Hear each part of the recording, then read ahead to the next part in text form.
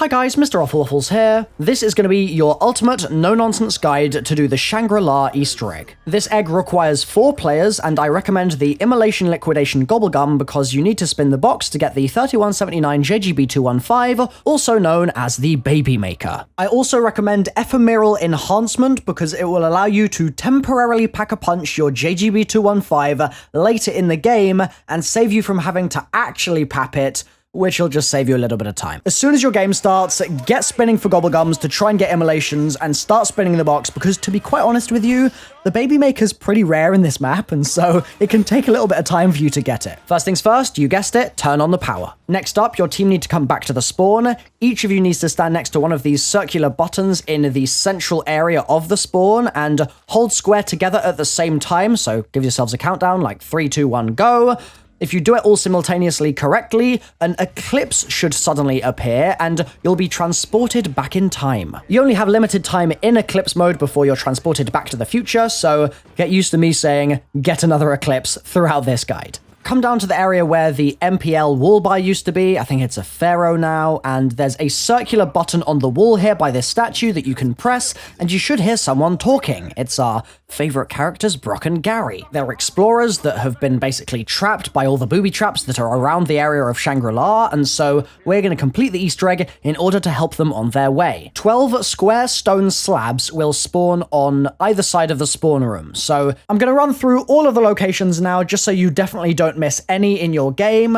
There are 3 down here by the button you've just pressed. Then if you go back towards the spawn, you'll see another one at the bottom of that slope. Going up the slope, you'll see another 2 just nestled in there.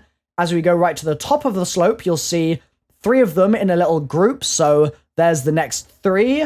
Another pair of them can be found just by the gong here, and then the final one on this side is right at the top by the rebuildable barrier. That's the final one. Then on the other side, we have 3 here at the top of the bridge. Then we're going to zoom across the bridge, and you'll see that there's actually a bunch here, all clustered together. So we've got 1 by the power switch, or rather the power symbol, 1 by the gong, 2 by the pack-a-punch slab, 1 at the bottom of the bridge, 1 right next to the totem, another next to it, and then another 2 just behind those. That's going to be all of them on this side. The order of operations is going to work out like this. Have everybody off the panels. Then have 1 person, who we're going to be calling your panel caller, stand on a panel and check its symbol. Then they need to get off the panel and describe the symbol to the panel finder on the other side of the map. So here, the panel caller gets stitches as their first symbol. The panel finder then runs around and checks all of their panels on their side of the map until they find stitches. Once they've found stitches, the panel caller can stand back on the panel with the panel finder, and when they're both stood on simultaneously and the symbols match, the slabs will sink into the floor. Then you've just got to rinse and repeat for all 12 panels, but you've got to do it inside 1 eclipse. So if your eclipse resets, or if you accidentally have 2 people standing on panels at once and they don't match, it will also reset the panels. So the second symbol here, for example, is a diamond for my caller. So the finder finds the diamond, they let the caller know that they have found the diamond, then the caller can get back on their panel, and you keep on going through. When you've done all 12 and they're all matched up, you should hear that Brock and Gary, back at the original button you pressed, will talk a little bit, and the eclipse should end as well. Oh, wonder! There is some kind of crystal rising from the floor! A crystal rises. The prom blossom swirls in autumn twilight. Look at this. There's a passageway below. We have to push on to have any chance of escape. Thanks, whoever you guys are. That's going to be an indicator throughout this egg that the step you're doing is working. If Brock and Gary talk and if the eclipse ends, is generally a good sign. However, obviously, if you just happen to get unlucky and your eclipse ends mid-step, just get another eclipse. What I'm going to do here is have the 12 different symbols on screen using this graphic I've made for chronorium.com, my Zombies Easter Eggs website, and what you'll be able to do is talk to another person in your game and get them to either pull up this video or pull up chronorium.com using the link in the description down below and you'll then be able to say, okay, it's symbol number 2 or symbol number 3, and they'll know exactly what you mean without you having to get confused over which symbol they're describing. When you've done those 12, the next thing to do is to once again just keep on making sure you're in Eclipse mode. Get 3 people in your game to stand at the bottom of the water slide on the metal grate down there, right at the bottom of the slide, and then have a final 4th player go down the water slide and hold square as they do so. On the side of the water slide, there's actually a switch which that player is going to flick as they go down, and if they hit the switch correctly, what should happen is they'll land with the other 3 players in their game at the bottom of the slide, and you need to stand on there for a moment in order to basically weigh down the metal grate that you're standing on. This will cause a crystal to spawn above the water slide's entrance, so go over there, use an explosive like a grenade or a ray gun or something to knock it down off the wall, and then shoot it with the 3179 JGB215 that you've hopefully been spinning for in your game using Immolation Liquidation, and it will shrink the crystal. Once it's shrunk, knife it, and it will go down the water slide. You can follow it through down there. It will roll into the geyser, stand in the geyser with it. It will then fly into the air alongside you, and the ball will end up in one of the sort of ball holders, I suppose, the crystal stands that are dotted around the map. For the next step, you need a Napalm Zombie, which can be a little fiddly because these things don't always spawn in very consistently, but go through the rounds until you get one. And once you get one, do not kill it, for the love of God, seriously. These things are really rather pesky. If you get too close, they'll explode, so be very careful. You basically need to babysit them, but the step itself isn't too hard as long as you're being extremely careful. Also, I just want to reiterate here that you obviously need to be in Eclipse mode for this, because everything pretty much in this egg needs to be in Eclipse mode, so bear that in mind. In the tunnel next to the old MPL location, or the current Pharaoh location, you should find a small wheel on the right-hand side, and you need to spin that thing 4 times. That's going to cause a load of gas to start shooting out of pipes in several different locations in the underground area, from this pipe that I'm actually aiming at here in my game, all the way to the power room. What I'm going to do is I'm going to jump into theater mode and show you my team and I walking the Napalm Zombie through the tunnels, and as you go, you need to do this in your game by the way as well, as you go, it's going to ignite the gas that is spewing out of those pipes. When all 4 gas pipes are lit, you can go back and hit a lever next to the wheel you originally spun in order to basically complete the step. But before we do that, I want to show you us actually walking it through the tunnels, just to be super clear. By this point, you've already got 2 of the fire locations. One was right next to the box, one was right next to the wheel. There's another 2 just here by the KN44 on the wall. One's just there, lit, and the other is now lit as well. And that's all 4 locations. Pretty damn easy stuff. As you can see here, I'm just running back and checking that all 4 of the locations are indeed burning, and I'm then going to go back to the wheel and crank the lever that is next to it. And once that's happened, you should have completed the step. That did it! Let's get out of here before it spikes you down the walls and the floors open up to a pit of lava! If you run out of gas, as in if the gas goes off at any point, or if you run out of Eclipse mode, then just respin the wheel or go back into Eclipse mode and try the step again. You then need to buy the Tripmines. It used to be Spike Moors, it's Tripmines now. They can be found in the power room on the wall there. Basically, go to the tunnel on the other side of the map, to the one that we were just using to ignite the gas, and in there you should see 4 holes in the wall. They can be a little difficult to see, certainly the bottom one can, so make sure that you've identified whereabouts those 4 holes are. They might be lit up blue, and you're then going to basically want to place a trip mine in front of each of them on the floor. You then bring a zombie or whatever, bring the Napalm Zombie through if you want, but I recommend just regular zombies through the tunnel. They'll blow your trip mines up, and if you've done the step successfully, you should see that the trip mine actually kind of gets lodged inside the hole, like you're blocking the hole. And if you lodge all 4 of them, you can then go down to the waterfall area of the map, so the bottom of the waterfall, where one of the box locations is, hold square on the button on the rock there that makes the waterfall kind of flush out, and at that point you have completed that particular step. Once again, quick reminder here, are you in Eclipse mode? If you're not, get into it, and then we can move on.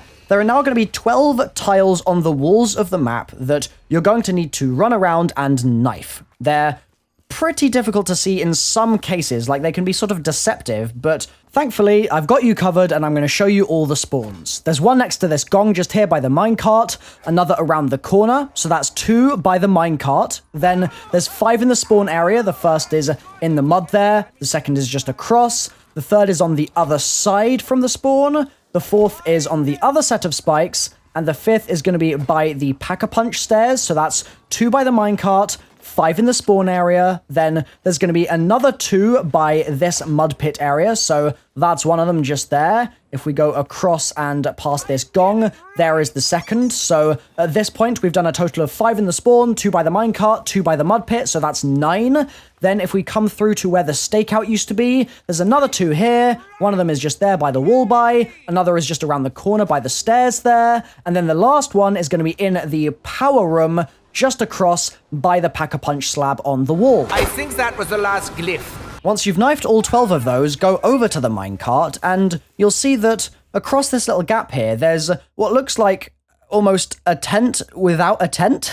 Like, there's no material on it, it's just a bunch of sticks, basically. Go over to it and throw a grenade at it. You essentially are trying to destroy that little structure. Next, make sure you're in eclipse mode once again, and you're going to want to head over to the mud room. You're going to spin the wheels in that room to match a certain combination, basically. So you want a certain symbol to be displaying on the top of each of those wheels. If you're going into the mudroom from the spawn, take a hard left, and that first wheel there on your left-hand side is going to need to be 4 dots in a row. Now we're going to go kind of clockwise around the room, I suppose, so the one opposite the wheel that you've just done is going to be 3 dots in a row. Then if we follow that wall along and go to the next wheel there, in, I suppose, the opposite corner to the first wheel that we span, that needs to be a C, then a line, then a dot, that's that symbol, and then the wheel that is, I guess, opposite that wheel that you've just done, on the right-hand side of the mudroom, if you're facing it from the spawn, is going to be a single dot. At this point, you need to make sure you have Pack-a-Punched the 3179 JGB215.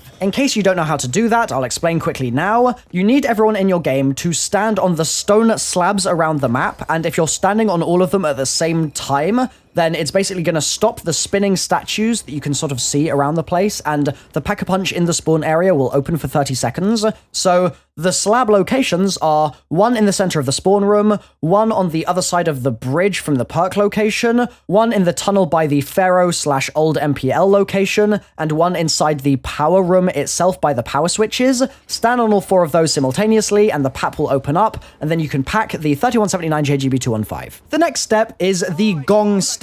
I'm going to first explain what exactly the gongs are for, and I'll also be showing you all of the spawns for them as well. Here is an example gong. When I knife the gong, one of 2 things could happen.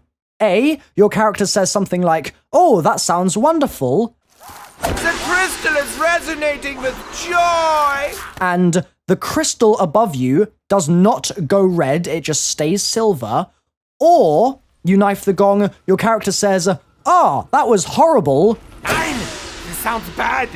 Like Nikolai singing! And the crystal above you goes red. What you need to do is find the 4 gongs that do not cause the crystals to go red. So there'll be 4 correct gongs in your game. They move around every game, so bear that in mind. You need to find the 4 that do not cause any crystals to go red, and once you've found them, knife the 4 good ones in a row, and you should see the crystal above your head go yellow, and then you'll be all good to collect the dynamite, which I'll show you how to do in just a moment. However, I want to quickly show you all the gong spawns first. There's one here at the bottom of the bridge.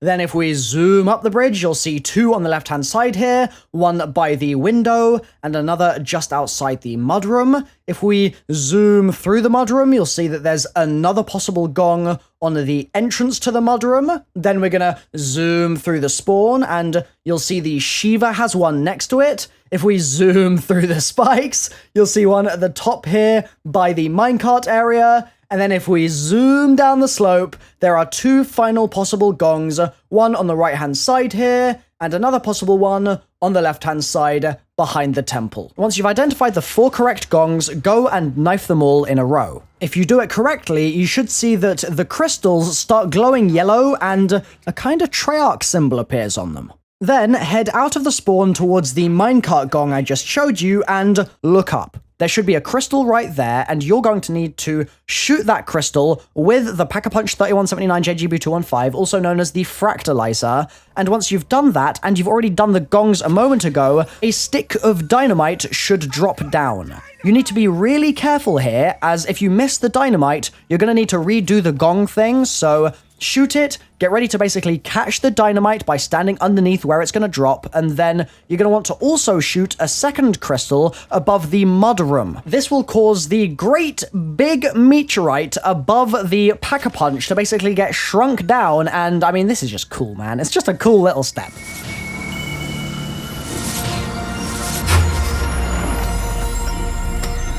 Reactivate the Pack-a-Punch, head back up the stairs, and bring the dynamite with you. There'll be some dialogue that plays. Stick of dynamite, I could get us in there. Well, unless you brought some, I think we're not getting any further. I had some in my bag, but dropped it when we were attacked by the horde of zombies. Dynamite! Wunderbar! Okay, if you bring me that stick of dynamite, I'll open this bitch up like a can of beans. Then can we get the hell out of here? Of course. I just need to see the inside of the temple. That's the dialogue, so at that point you can go over to the wall, hold square, and they should say the following. All right, here we go. You'll also notice that the dynamite is no longer in your inventory, and if you fail this, by the way, just go through the gong stuff again and get yourself a new set of sticks of dynamite. Everybody get back! You'll get told to get away from the wall, it's gonna blow, so head down the steps. The wall will blow open, and then you may need to actually reactivate PAP in order to do this, but go back up the stairs, and you should see that in the place of the wall, a stone is floating above the altar. And that's Easter egg complete. It's mine! Mine! I'll control them all! You'll notice here that the person that picks up the stone gets permaperks in the game. However, the other 3 players will not, and the reason for this is that you actually need to repeat the Easter egg in order for the other players to get the same reward. You go through the whole egg again, a different player picks up the stone, and then they get their reward. However, you will all get the trophy when you do the egg for the first time. I recommend as soon as you do finish the egg, you listen to the radio that's right at the bottom of the Pack-a-Punch stairs, because it's kind of a neat little ribbon tying the multiple repeats of the Easter egg together. The gameplay on screen right now is just proof of the fact that you can indeed start the entire egg process off again once you've already completed it once. The reason for this in terms of the storyline is that, sure, you pick up the focusing stone, but Brock and Gary are stuck in a time loop, and, well, this is an Easter egg guide, so I won't get into those details now. However, if you have any comments about this, or any queries, questions, or problems, let me know in a comment down below, and I'm sure I, or several other members of the community, will be more than willing to lend a helping hand. There are also going to be some extra bonus tips in the description, as always is the case with my no-nonsense guides, and fingers crossed, you've managed to get through this, you've finished the egg, and you've left a like on the video. If that's the case, fantabby-dozy, I'll hopefully see you next time. Bye-bye.